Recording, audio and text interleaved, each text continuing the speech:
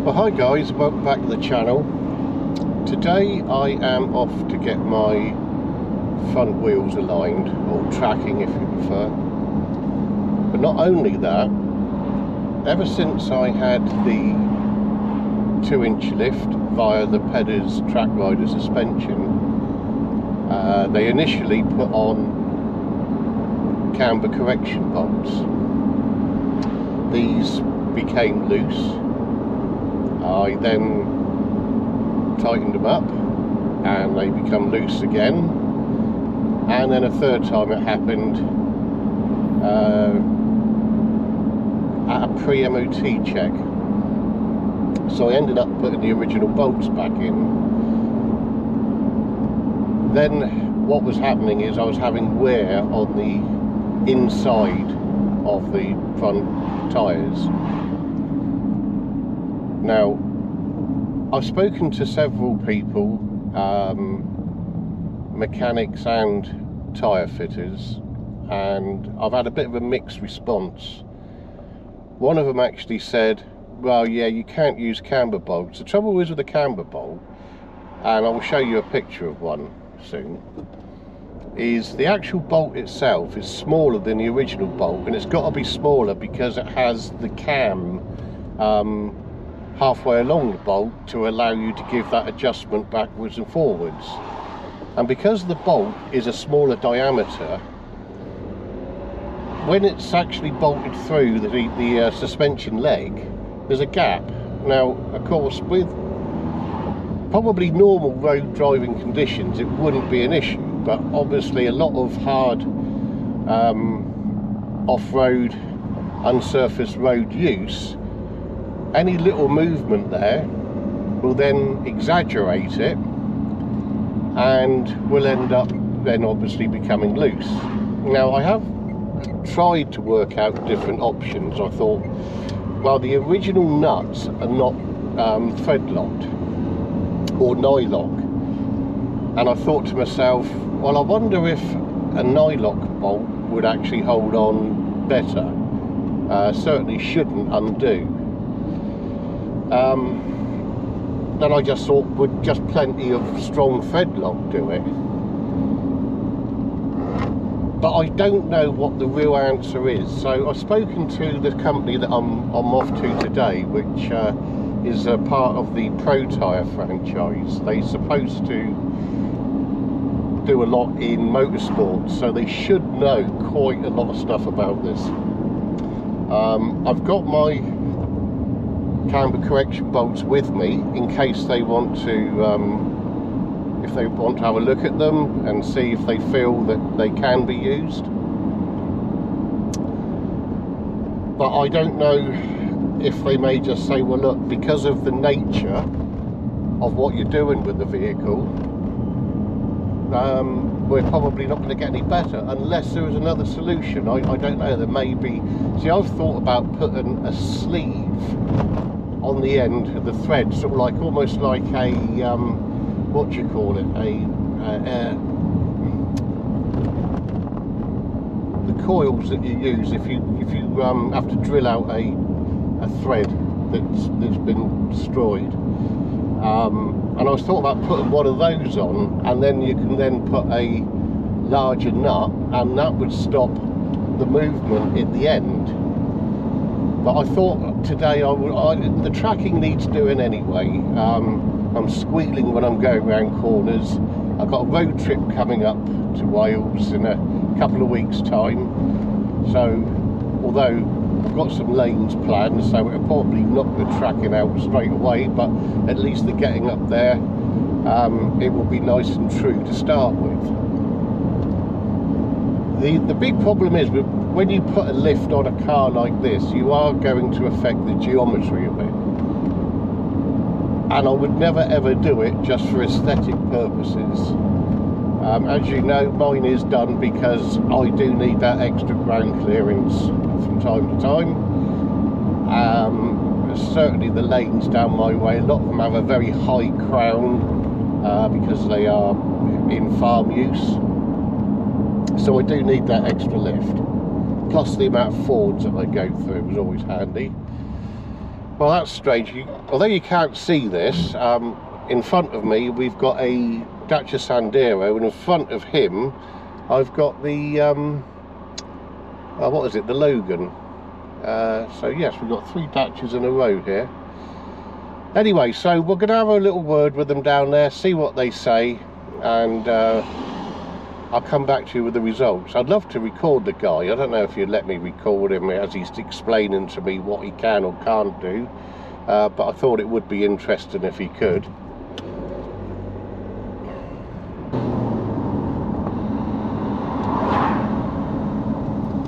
The other slightly annoying thing is I couldn't actually book an appointment here. So I had half a day to take from work, so I thought, well, I need to get it done before I go on holiday. We're certain the tracking, so I thought we'll use that half a day up, have the afternoon off, because it's a case of turn up, join the queue, and that's the way they operate. See, what I've done actually in the past is, because an all-terrain tyre is not directional, you can actually turn the tyre around. So when they've worn on the inside, I've got them turned round, so just to get that extra bit of life. That's after I've already changed them from back to front. I mean, tyres now at £100 a corner, they're not something you want to be buying all the time.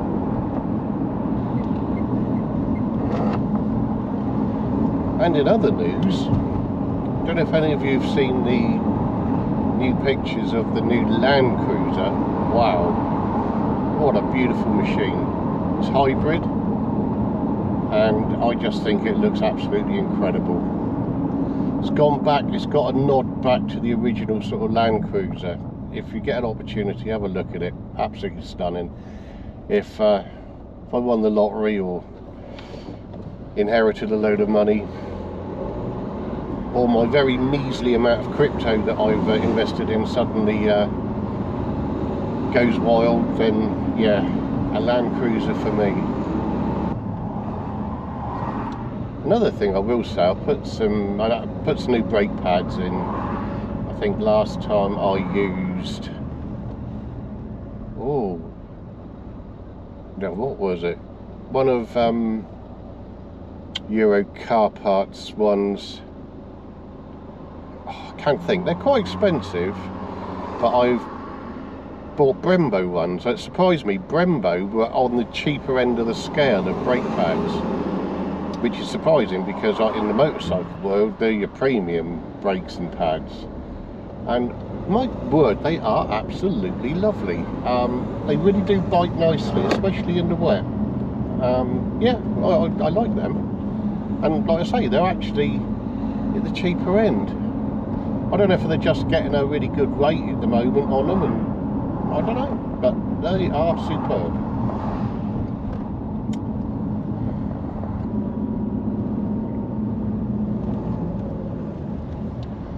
Well, here we are. They look really, really busy.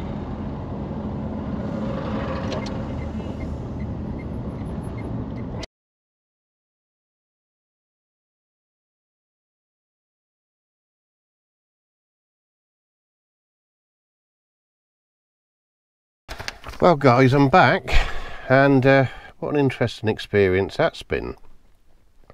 So after waiting for what seemed ever, they took the car in, then he came out after about 15 minutes with his printout, which is not a pretty picture. So he said, yeah, he said it's all a long way out. He said, gonna need a couple of adjustments. He said, look at all the red. Do you want us to go ahead? I said, yep, yeah, that's what I'm here for. He said, right, okay. He said, I'll go away and make the adjustments. So off he trots. Another 15 minutes later, he comes back and he said, well, we got a bit more green on there. He said, but the back end, what he was claiming is the back end, because it was so far out, was affecting the toe on the front, and that in turn was possibly creating the problem with the camber. Now I'm no expert on alignment, and I'm just taking it all in. I'm thinking these guys are the experts, so I'll leave it with it. He said what I think it is, this is what the mechanic, fitter, technician, whatever they call themselves East End, he said he took me over to the car on the ramp and showed me the back end and showed me the adjustments that he could do, the maximum adjustments, and he said that he felt that the bushes are probably worn and there's probably something bent there, and that's why they can't get that alignment. I said, well, to be honest with you, you know, the car's had a bit of a tough life, and you know, to be absolutely pristine underneath would be impossible, and yeah, it probably is something bent. So, you know, if you've done the best you can and we can reduce the wear on the tyre, that'll be fine. So off I trot. So I go down the road, the steering wheel position is like that, and then the ESP light comes on. Oh, for God's sake, here we go. So turn round, back down there. So I said, look mate, it's just totally wrong. It's not acceptable. I said the steering wheel's miles out. I said the ESP light is flashing.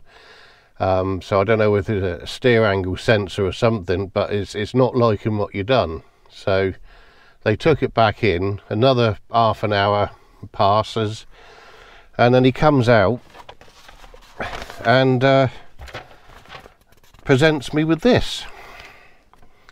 He said, yeah, there must have been a little bit of a glitch in the computer. He said, but as you can see, got the camber with intolerance. Now this is without using any camber correction bolts. So he's got all this, everything in green now, and there's just one, this out there on the right rear. So that's a much better picture. But then I think when I look at the two together, I think this says 2010X79, this says H79. So I think he was using data from the wrong car, or the wrong year. That's what I personally feel. So that's why it all went wrong. But anyway, what I've got out of this, if this is absolutely correct, which I've still got a little bit of doubt, but the car drives fine, the steering wheel's going straight and there's no ESP going, and there's no squealing around corners. But if that is correct, then my worry about using camber correction bolts has been worthless really, because if that is correct, then camber correction bolts are not required. The trouble is, I knock my alignment out very quickly, as many of you do that use them on unsurfaced roads, so it's difficult to tell. But it's just strange why my tyres, even when it gets knocked out, are always wearing the same way. But anyway, there we have it. So apparently then, camber correction bolts are not actually required with a lift, if that is to be believed. Anyway, I'll leave that with you. Any comments you got about that, or anything you've had similar, I'll be really interested to hear from you guys. Even people from far and wide, because you must come across this quite a bit. And I'll leave it to you and catch you up with you next time. Anyway, see you guys.